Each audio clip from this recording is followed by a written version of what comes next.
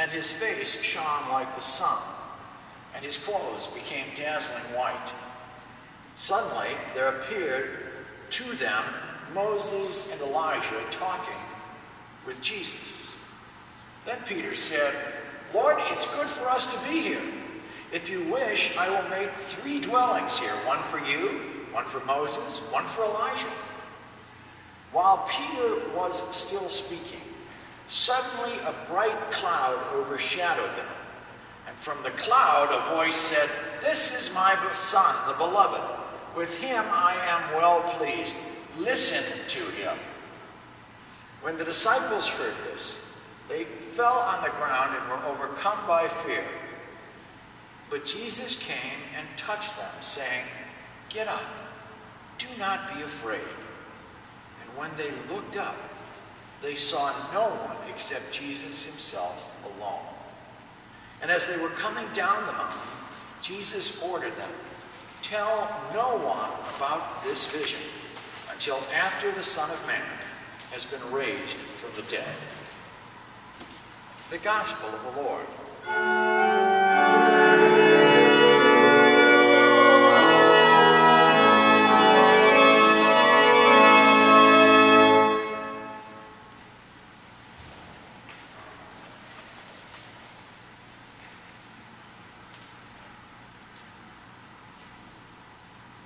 Whether we suffer from it or not, everybody who lives in Chicago has to believe in something called seasonal affective disorder, which occurs when people who have reasonably normal mental health during the rest of the year show signs of mild depression toward the end of winter. Its acronym is not called SAD or SAD for no reason. The sun doesn't shine for days, or we get a day like last Friday where the streetlights are still on at noon, and then it begins to rain, and the rain turns into a downpour. It keeps you at home eating pretzels and watching a hockey game, and you'd rather be out with friends. In northern states, like New Hampshire, psychologists tell us that SAD affects almost 1 in 10 people. Its treatment is sometimes very simple. Light therapy, long walks, exercise, going out with friends, even in the midst of a Chicago typhoon, and seeing the sun. A great, albeit expensive way to treat SAD is to become a snowbird, or at least plan a getaway vacation to someplace sunny and warm. For me, that has always been the best. Set a date certain for my warm spot excursion, and then start planning in my mind what I'm going to do when I get there. Think about sitting and soaking up the sun. Think about dining in outside cafes again.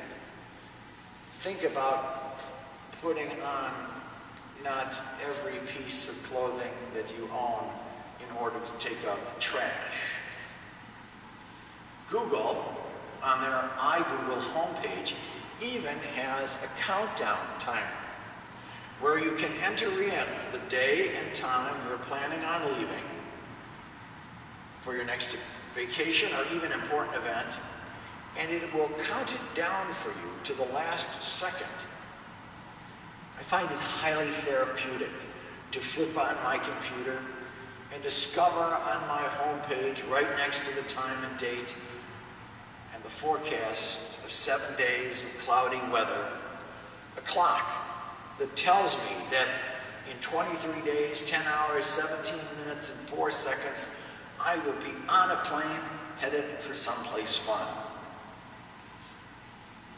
Even Jesus, before plunging his disciples into what must have been the most stressful time in their life, knew the value of a long walk and some exercise with his friends. From what Peter would write about later, when he said, "For we did not follow cleverly devised myths when we made known to you the power and coming of our Lord Jesus Christ, but we had been eyewitnesses to his majesty. We ourselves heard a voice from heaven while we were with him on the holy mountain." You will do well, says Peter, to be attentive to this, as a lamp shining in a dark place until the day dawns and the morning star rises in your hearts. We know that the moment on the mountaintop was meant not only to sustain him, but all of us when we struggle through dark times. The Transfiguration as a standalone event doesn't make much sense unless somehow we become involved in the story. It would be an awful lot of trouble to go through for just Peter, James, and John as an audience. And chances are, if you're like me, you've never seen Moses and Elijah, even on a toasted cheese sandwich. But all of us, I pray, have had moments when God has seemed abundantly real, when we have been overwhelmed by the presence of God. And like Peter, we probably wanted to freeze those moments forever. Now, Peter takes a lot of guff for his response to what happened on the mountaintop, but really, his response is not so unreasonable. First, because it was good for them to be there. They needed what happened to sustain them. And we need to hear that those times when God has come to us in a very profound way are indeed real. Second, and this may be hard for us to admit, when these moments have come, we want to stay in them forever. Let me put this in a very concrete way.